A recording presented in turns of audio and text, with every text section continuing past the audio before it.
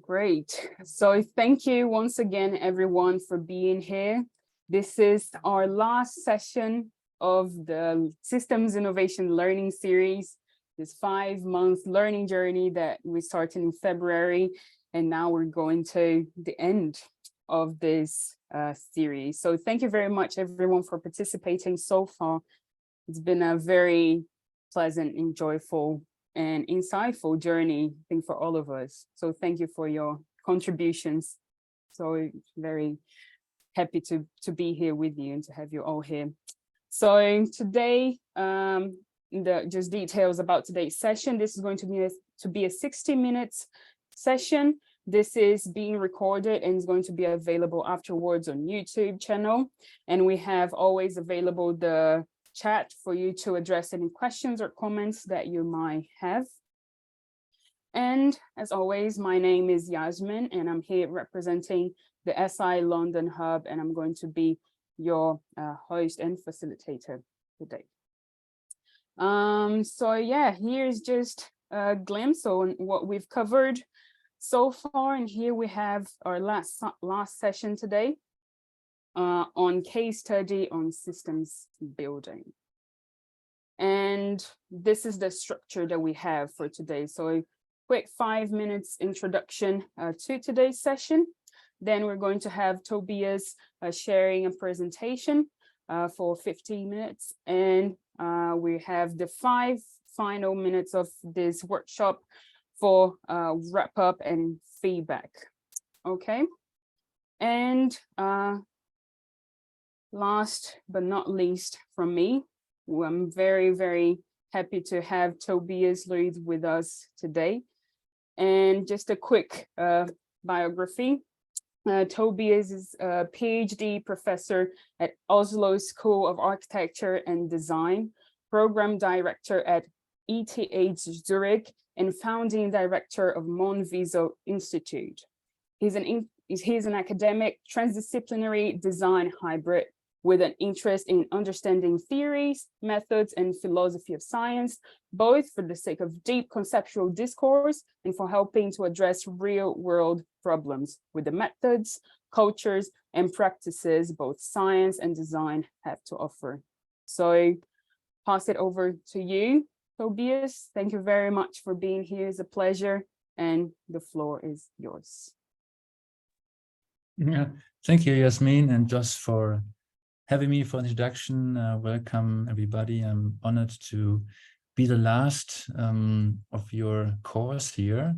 And I looked a bit in your materials, and it's amazing what you've been talking about and learning together. So I'm very curious of some of your feedback and reactions in a discourse.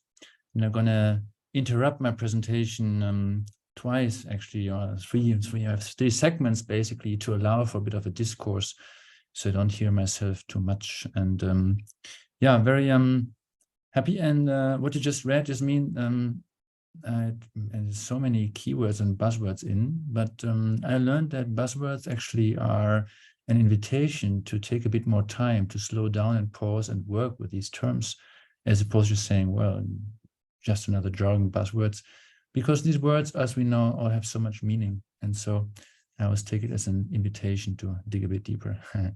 So yeah, thank you. And I'm going to start sharing then, I think what you're used to have, a mirror board, which I also love because it's so flexible to play with it. And let's see, I have this this chat window here, but talking about systems and system innovation, I guess the practical part means also we are underway a lot. We are traveling a lot. We have to meet people. We are engaging in multiple environments, social systems. And I saw you talked about ecosystems and how to build systems. And for me, the same. So I'm just coming from a beautiful community meeting, Year 2040, in maybe just stop for a second because I'm not on the slides, but just coming from a Year 2040 community, which was hosted through ETH Zurich in the Upper Engadine in Switzerland, near St. Moritz, which is one of many really cool communities to exchange. And the topic was exploring regeneration. And then I went further to one of the largest campsites in Italy, in the Venice Lagoon. We are working with this campsite, which has almost 6,000 people now on the campsite, from zero, like a small city. And they, it's really about moving a complex system, 6,000 people, a family-owned business in the third generation, in a very changing environment between tourism, climate change, different types of social changes, economic changes, into a direction of what such a large camping tourism site might be in the future. And I just arrived here in Switzerland at the Lac Le Mans area, in the Villard Institute, where we're having, I don't know how many, but really a selected students between 15 and 17 years old. And they have an intergenerational discourse on the similar topics. So I think it's beautiful to have these real cases and being aware how much we are entangled and nested in these systems, and be a bit aware of it. So I'm honing in here from this hotel in middle of the Congress, and so it's very rich and real in this moment. So let me share my screen again, and let's dig a bit into what I brought here today. So I learned that, for example, some of the questions addressed in the course about systems, ecosystems, and complex challenges and different types of networks and the nonlinearity and the elements of actors. So I want to connect on these points and share a real case meta design perspective on systems building. Systems that we have been building in the last years and that are now culminating and also connected with System Innovation Hub, because you and Joss are also part of this development. So it's really beautiful to nurture with each other and support each other, because that's system thinking and systems building. So I have three elements here. One is motivation A for my work is establish a real world laboratory. So I'm going to talk a bit about this motivation behind developing this system. It's a complex system in itself with multiple layers. And then the motivation B, which is connected but also independent, offer next level of higher education in the established system, because we know how much shortcomings we have been facing. And then they're both connected. So it's a meta perspective. Each goal, each motivation, each system, 1 and 2, A and B, are connected. And that's the beautiful part of systems thinking and systems building and design. So after each of these 3 points, I want to pause a bit and give the chance to get some feedback and maybe connect with your knowledge and your experience and your course topics. So I'm starting with number 1, establishing a real world laboratory. And I might just zoom out. I have a couple of cards here, and I didn't put too much information on this board. I have another mirror board open here, which is like a super rich, complex thing, and I might open this at some point, but let me zoom in here on these slides. So this is something we started in 2015, really, in Italian Piedmont. The MonViso, you can see here, it's at the French border. And down below, you see a couple of buildings. This is part of the MonViso Institute. And at that time, I was working at the university in Eastern Switzerland and working in mountain and tourism topics and sustainability.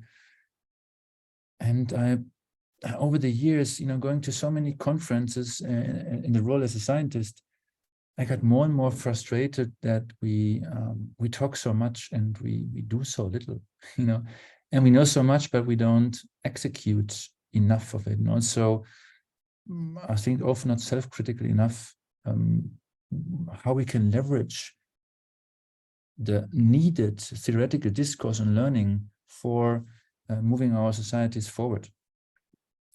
And so I was part of a project in California with Eric Burlow, who is a complexity scientist, and a big motivation for my work. And he at that time started a real, like a mountain work and play retreat in the Eastern High Sierra, and I was involved in this 20 years ago. And from this and other elements, the idea was born to also have at some point, a creative retreat in the mountains to combine outdoor sports, sustainability, design, system thinking, and socializing, and entrepreneurial ideas raising. And then it came together with the experience that we are not, we're lacking something in the academic and general learning systems. We're lacking the places to do things. So a kind of experimentation place in the real world that allows us to make mistakes, and same time that we can do mistakes without greater harm. So that is a kind of lab, but it has open system boundaries, and we can basically play and design the real world and learn from our mistakes and the successes. So this was something, was a big idea. So that's been 20 years boiling and evolving from a more personal social work and play retreat to actually that experimentation place that we need in order to experiment, implement theories into real aspects together on various fronts. And that's the birthplace of a real-world laboratory or living lab. We're also in the category of a bioregional learning center as a term that's been coming up in the recent times, which focuses more about the so important regional scale. And I'm going to go back to this soon. So zooming a bit out here in our different cards, and I'm going to play a bit around back and forth what that means. I'm zooming in on this card here. And you will see later why this is called field design trip. Something moved here. Oh, well, it doesn't have to. It's fine over here. So this is the mountain community, which we found after a couple of years of searching in the Po Valley, where the Po River origins. And obviously, there's many systems that we can see here. And there's a system itself rebuilding after a complete system breakdown. This mountain community, what you can see is already pretty much rebuilt.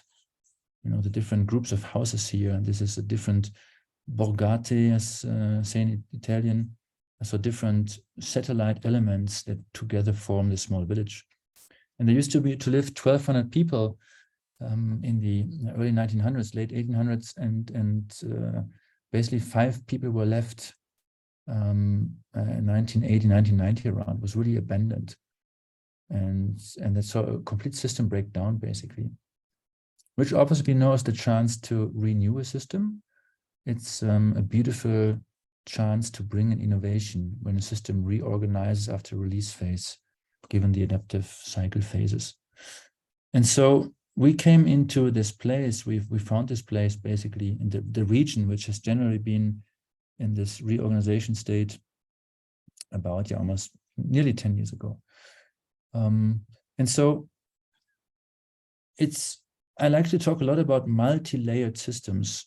The community rebuilding as such is a very complex system.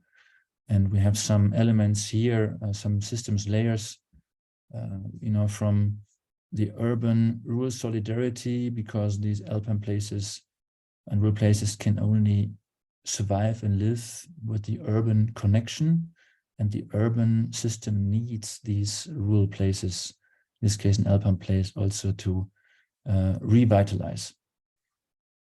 And there's different systems connections, air pollution, obviously traffic, money flows, and it's manifested in this theory here, which is one of our didactics that we use in courses, and I hope you can see it more or less.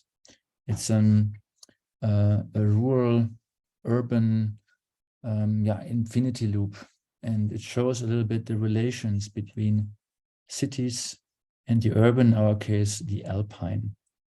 And so what we're working with consciously, toggling between the systems, is to be a bit of meta-aware that both systems depend on each other, and often we are not aware of it.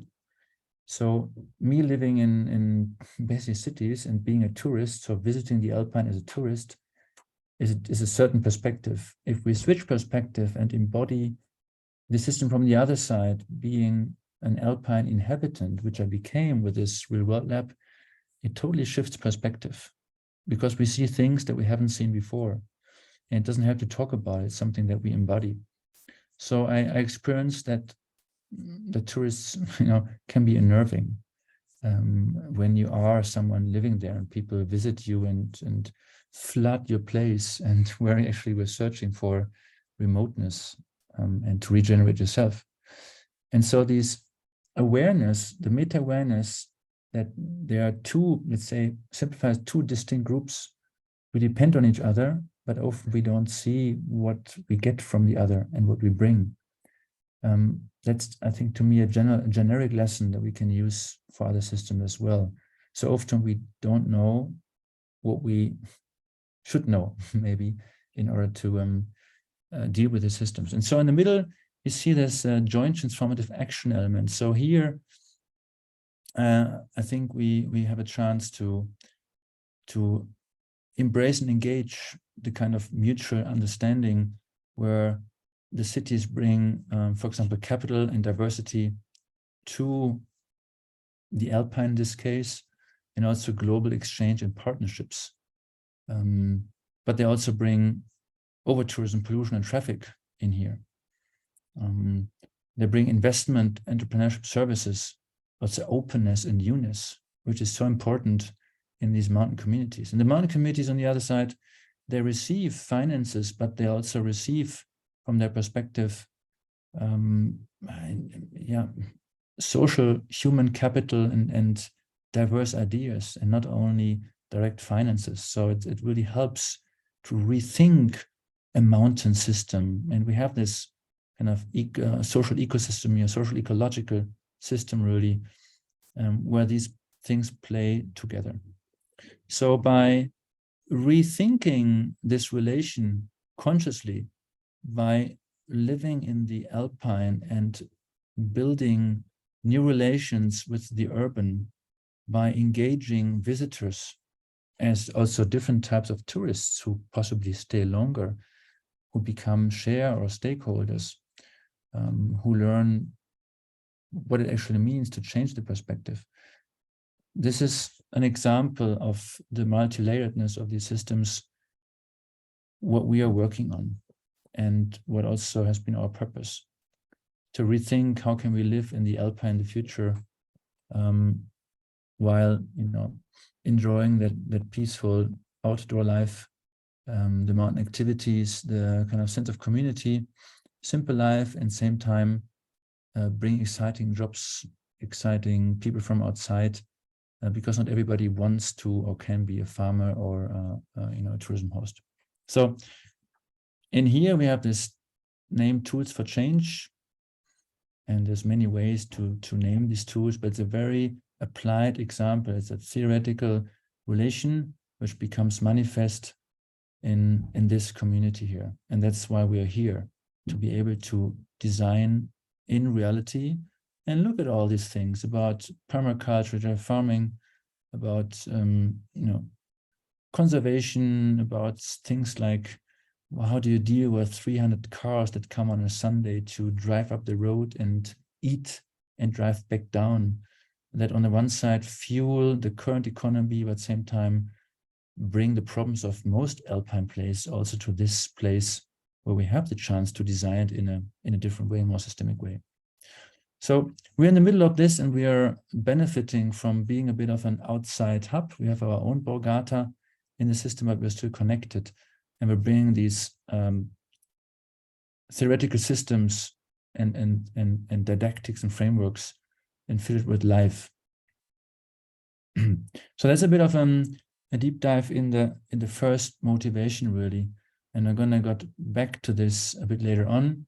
And you see just some visuals from this place. This is part of our campus of this real world lab, with an arena, a stage to communicate, bring people, an outdoor pizza oven, a stage which has been used by these groups, and at the same time engaging with the community. For example, here a young woman, 28 years old, who is trying to rebuild a mountain agriculture. And this is a PhD summer school that we've been hosting here from ETH.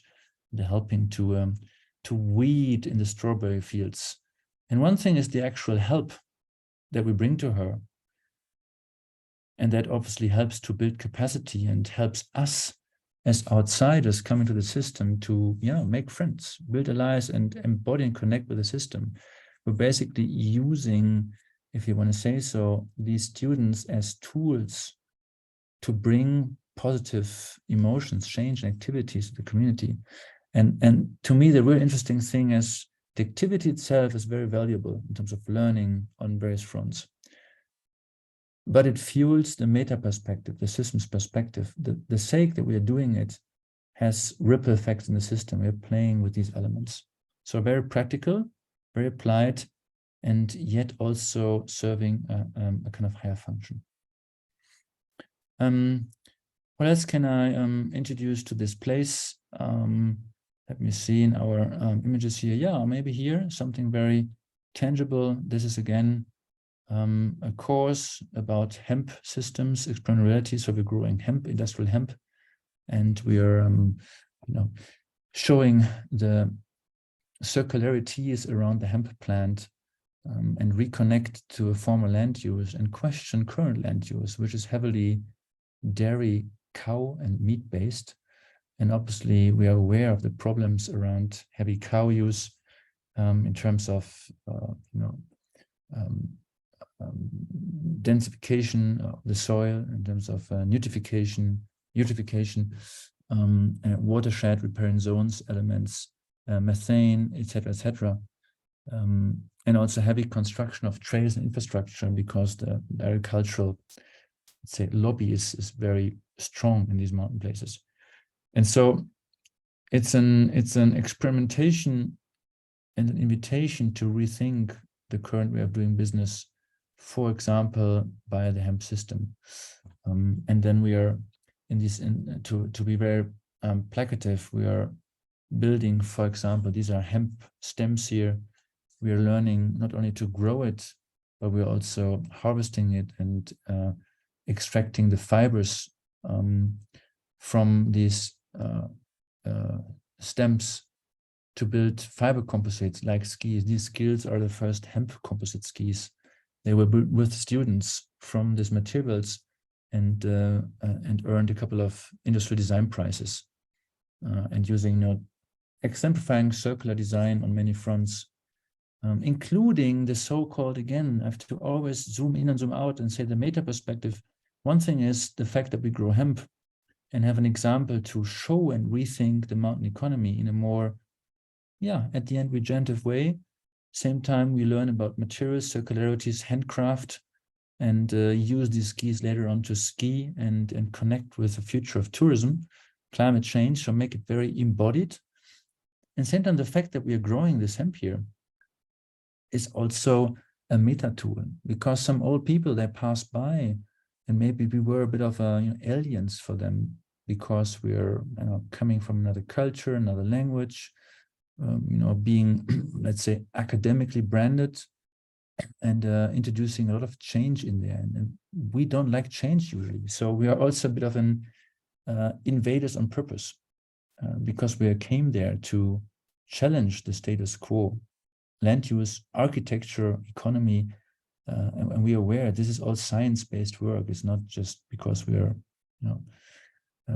have creative ideas and they are just spun out of our heads. No, this is all science-based and prototyping interventions. And so these people pass by and they see, wow, they're growing hemp. And they stop and they tell us, this is so beautiful, because it reminds us on our past. When we were kids, we still had hemp here, some 80 years old. And it's also part of the local new museum that was rebuilt. So these elements, same as being here on the strawberry fields and hosting these social activities here, these are all kind of change tools for us, and they have a value in itself. The even higher value is the meta perspective. They connect us and the community. They connect the urban, the alpine. They build trust, mutual understanding, and they open space for a discourse of rethinking the status quo. So this happens in a real world lab as very few examples, and we're going deeper in the second part and what all these elements are here. And they're rich in themselves, and they lead to publications, to different courses. At the same time, we're evaluating, monitoring them, which is then the meta perspective that we embed in the system itself. So developing a real world lab, buying some land, buying 6 houses, were, I thought when I came there and the mayor showed, us around, I said, wow, these old ruins here, 6 of them, and the land isolated yet part of the community, beautiful, can we buy it? And he said, well, it's not so easy because land ownership and infrastructure buildings were actually not connected. So the building obviously was shared by many people. Small land patches were shared. So whatever, 1.5 hectare, 2 hectare land, and these 6 buildings had more than 50 owners. And no chance for a foreigner outside the system to acquire them as one hand. It was a 1.5 years process with substantial help of the mayor and goodwill of the community to say, yes, we are open in this phase. In this phase of a reorganization, I mentioned at the beginning, it's a resilience phase of reorganization. The system is open for new ideas if we come with respect and ideas. So it was a window of opportunity which today has closed. And the economy developed and this window has closed. So it's a very complex, difficult system in itself to find the place, acquire the place, build capacity and trust, come up with an idea that people support, and then do these activities as such.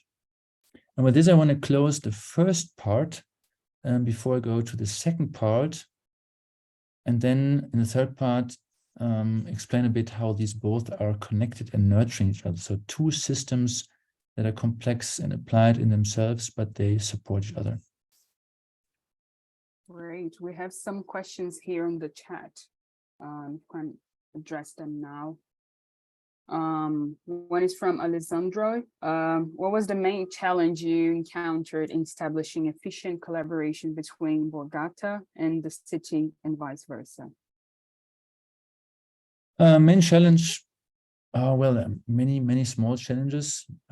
For sure, I guess any mountain community, specifically rural but special mountain community, is quite a closed system. Obviously, there's a lot of valley thinking. My valley, your valley. Which valley are you from? I'm not from a valley, so yeah, that requires a lot of trust building, connection. And some people have never traveled really far. Some people have traveled, so we find both. Coming to a system and listening, being there before acting, working with the people, showing that we are honest, that we are humans, sweat together, play together, respect the culture and say, yeah, play cards together. We do an local Occitan culture, we do a dance together. We are interested in learning what they are doing, what you are doing there before we say we want to change everything. And so the first thing we did was I brought a student course from University of Lugano. And we did a social network analysis, quantitative. Students walked around, asked people, who do you collaborate with? So to have a visual social network where we could read about different adaptive, innovative capacities, which helps us to understand and work with the system. And also qualitatively of doing questionnaires, of videos asking people, what's your expectation of the future? How open are you for change? What do you want for the future? So we listened first before we changed anything. And that was a really good start. And same time, I have to say, a big learning for me, as transdisciplinary scientists, we also write about transdisciplinarity. And one element of it is joint problem framing, science with and for society.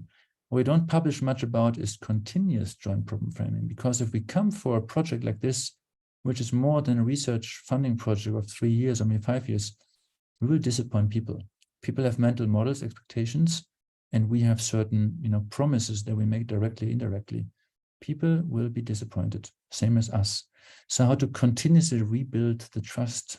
And there's many of the tools that I guess you talked about, learned about, and that we, that we learn about, and they might have different names, and they're very diverse.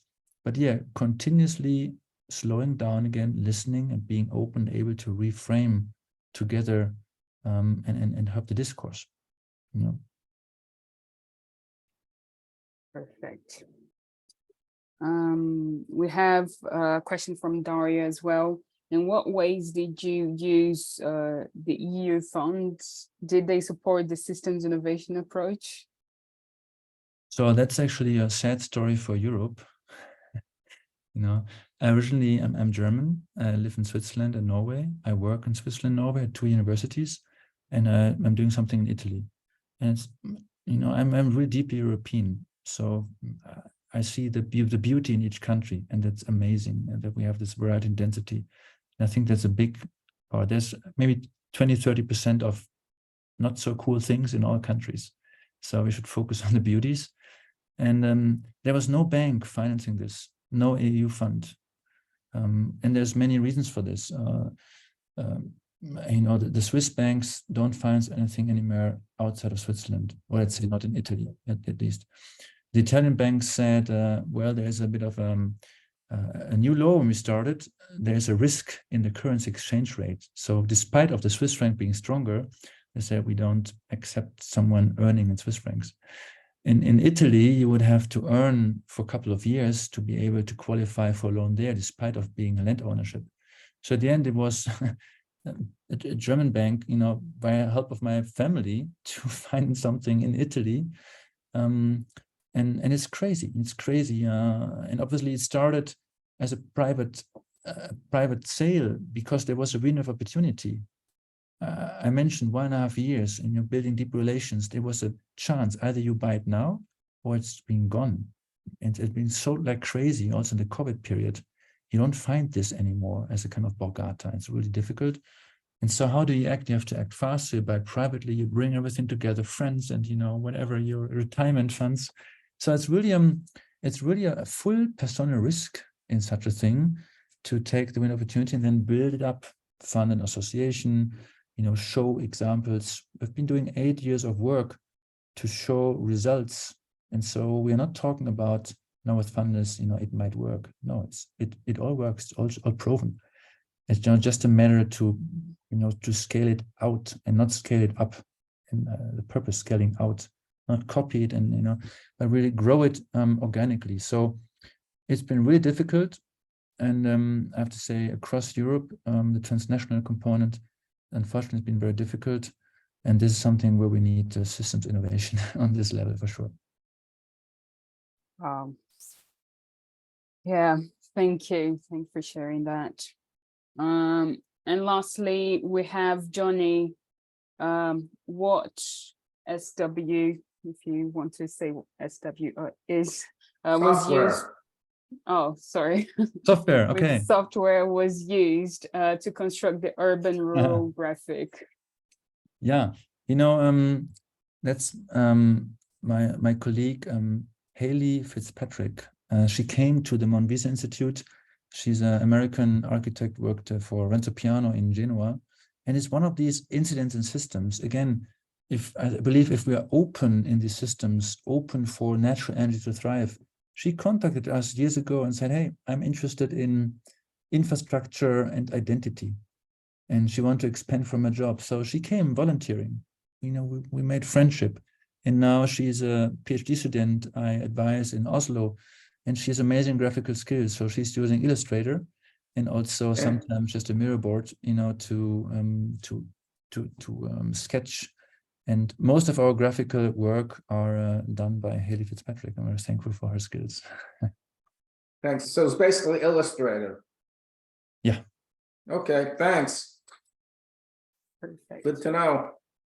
Yeah, okay. Yeah, well, there's many more. You will see many more, and there's also different colleagues. So shall I go to number 2 in respect to time? Yes, for sure. Okay. It's good that you keep with the time, because as we know, the deeper we go into systems, the more entangled we get, and it's fascinating. So all the graphics here are made by Haley Fitzpatrick. So I recommend her work.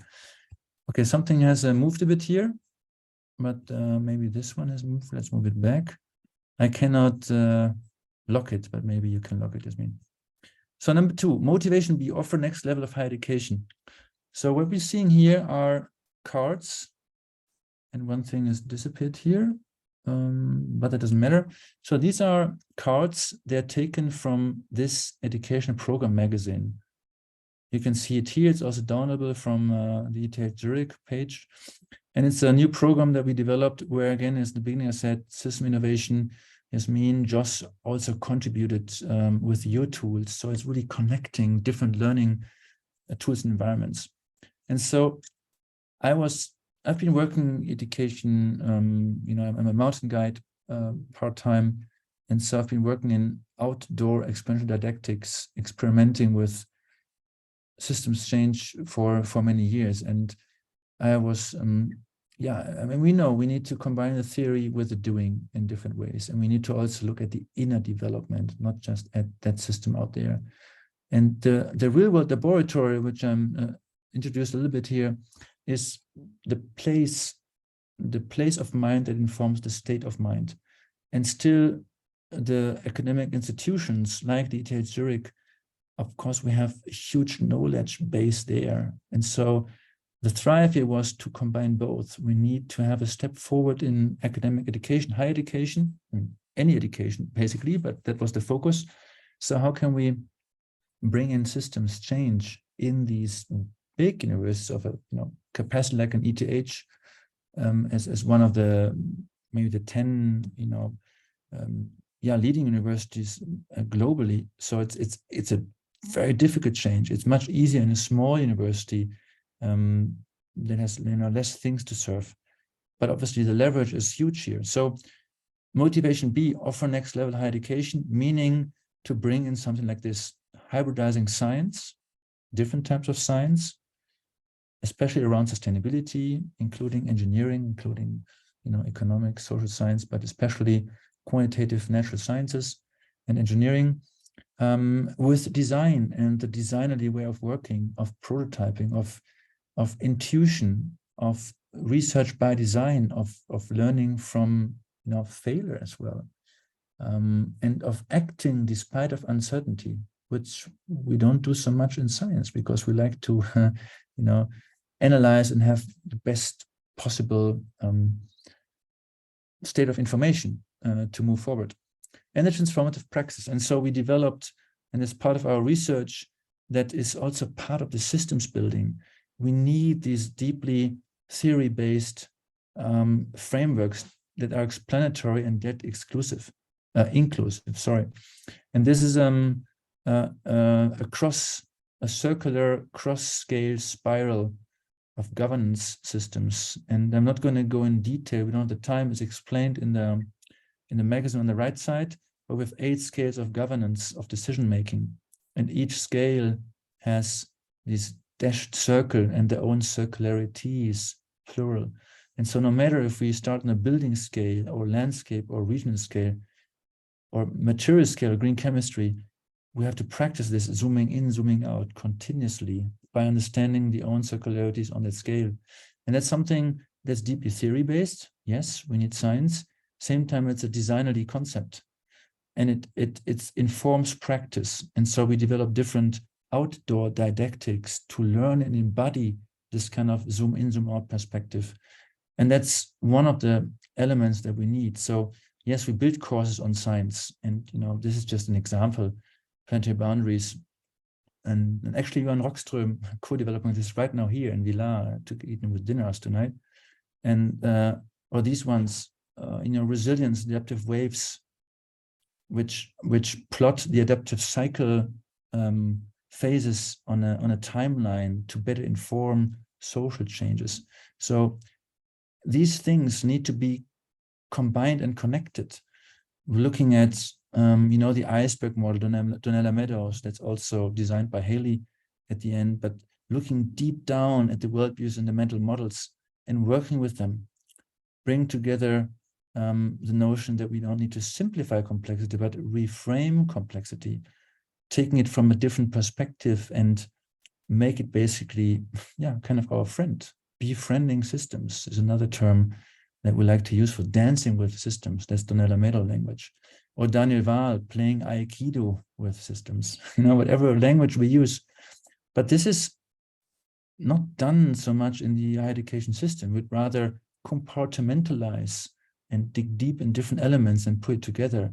And of course, we are more aware today that we need to have a different perspective to it. And then this one, inner focus and development.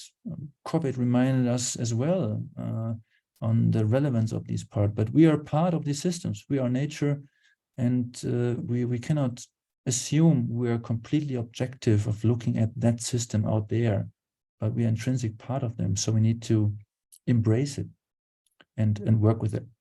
So this is a kind of, briefly thing what we want to develop. And so we developed this course here in designing resilient systems. And this tree metaphor just gives you a brief example of these 4 massive open online courses where Josh and you and Innovation also are part of. And those people doing this massive crown of the tree and want to dig deeper can go into these executive courses. And so that's a system that we developed in theory, and it's deeply connected between ETH and only possible because of this real world laboratory. Because in the schools, we don't have a record of embodying systems. We don't have possibilities to really be part of practice and being failed. We don't have the culture to do that. And so we developed different didactics, like the quest, the personal guiding questions to design transformative change over time, and combine that with elements of systemic cycles. It's a bicycle-based didactic to explore bioregions and ask questions around circularities, have visual dialogues, and build capacity in these elements. You see here a systemic cycles immersion. That's much more than take a bicycle and drive around, but it's really about a deep mental and visual discourse with place-based relations and specificities of land use, of companies, of people, and bring this back and identifying opportunities of more circular flows. And it was something like designing a serious game and designing this together with the local community, not as a case study, but as part of a long-term change process, and taking, working with the local people. And we don't know where it ends up. It could be a fiasco. It could be, successful or unsuccessful. But this is what we do in a real world lab. We don't do this at school. So the idea and the thrive of innovating in the educational system connects very much with the needed elements of a real world laboratory that we found in practice. And you can see some other elements here. Systems embodiment, that's a systemic cycle trip where we collect different types of data. Physical experiences, visual dialogue, systems mapping of different types of circular flows, engaging with people repetitively and asking questions. Where does something come from and where does it go to? Where do we see potential? And not only potential in terms of material flows. I really like to focus on the social circularities and the way of understanding that often we have different linear social flows that if we connect them, we can actually bridge that step towards regeneration, meaning deep connection with place, with culture, with people, creating different types of values in these places. Embodiment. It's not just looking at a stone plate production company and saying, yes, nice, and then we step further. No, it's actually going to the Chinese worker and saying, well, this is observing and saying, wow, you have skills, amazing. Can you teach us? And then taking a bit more than just 10 minutes and trying it ourselves and showing actually what beginners we are. So, you know, it changes the relation with a local worker and say, well, I'm now your student for a while. So it's a practice that we don't do that at school. Including something like this, specificity of place, a local artist doing the traditional stone walls here, just with lime, no cement, and together developing new ways in architecture, a passive net positive house that combines global innovation with local culture and tradition and you know, low-tech techniques, and making him an ally. He is really proud.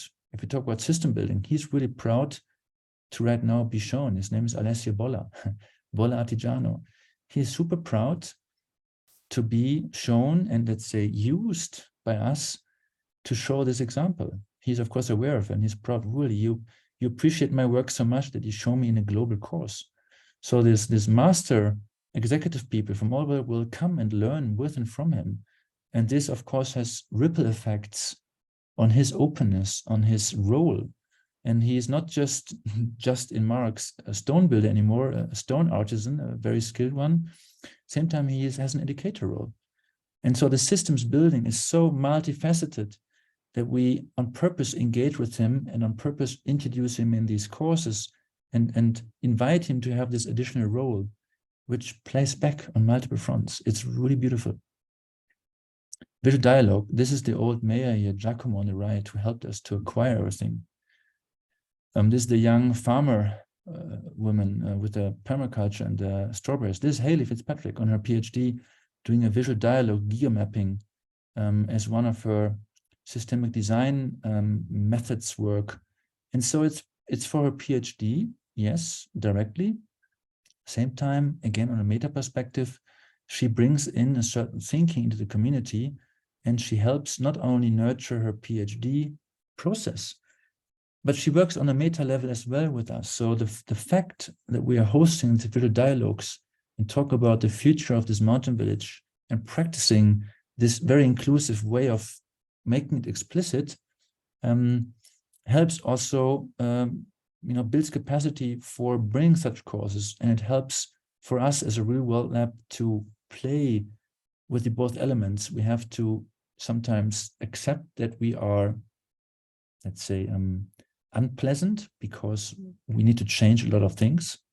People don't like change usually, so we are sometimes a bit, let's say, in clear words, pain in the arse.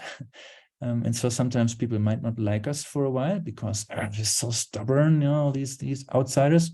And same time, we contribute on many fronts. We bring people that help. We clean roads. We have students who, you know, I myself, I spent just 15 hours of cutting trails and grass with an electric grass cutter. So something, you know, introducing, investing in, just an example, very clear, realistic, investing into an electric steel tool, quite expensive, and saying, well, and including the wire that's on, recyclable plastic, so biodegradable plastic, and not coming as an educator, but saying, well, you know, this is what we're using. It's actually silent. It's less on, wear on your body. It doesn't leave microplastic in nature. And I'm doing this, by just contributing time. 15 hours is a lot of time over a couple of days. And people appreciate this. And this gives us, again, fresh buffer to then say, okay, I'm sorry, but I have to do something on the house that's against the building code. But we know we have to produce electricity here, and we cannot get it from nuclear power plants in France or oil from Russia or gas from Russia. So this is the kind of systems we play with, very concrete relational building on different levels with different people and activities involved, and same time zooming out and saying what's the great idea behind it. It all helps us to embed the system that we're building, the real world laboratory as such, and the new academic course. And I can say for ETH Zurich, this MonViso Institute is not the junior partner in offering such a course. It's not the junior partner. It's a tiny project, but the learning, the embodiment, the wisdom is something that the university, this cannot offer. And that I can say clearly from these environments. So maybe I stop with number 2, number 3. I don't want to go in all the details, so maybe leave a bit space for discussion and interaction here. But I hope this gives gives a good set of insights into these two systems that we have been building up and how they infuse each other. It's like a continuous toggling between tools. And when I read about in your work about also networks and network analysis and leverage and nonlinearity, yes, that's totally placative in here. Awesome. Well, since we have five minutes left, we have some questions here. Hey, Michael, can you say a little more about Serious Game? And then possibly we can just have one more question. I was just interested, Tobias, in what the Serious Game is about. It looked very organic in the way that it was put together. Yeah, But I was just curious to know what the game was, what the focus for the game was. yeah, thank you. So I might just give you a little bit of context. So in this course, and I'm sorry, I'm just playing a bit around, but that's what Mirror is for.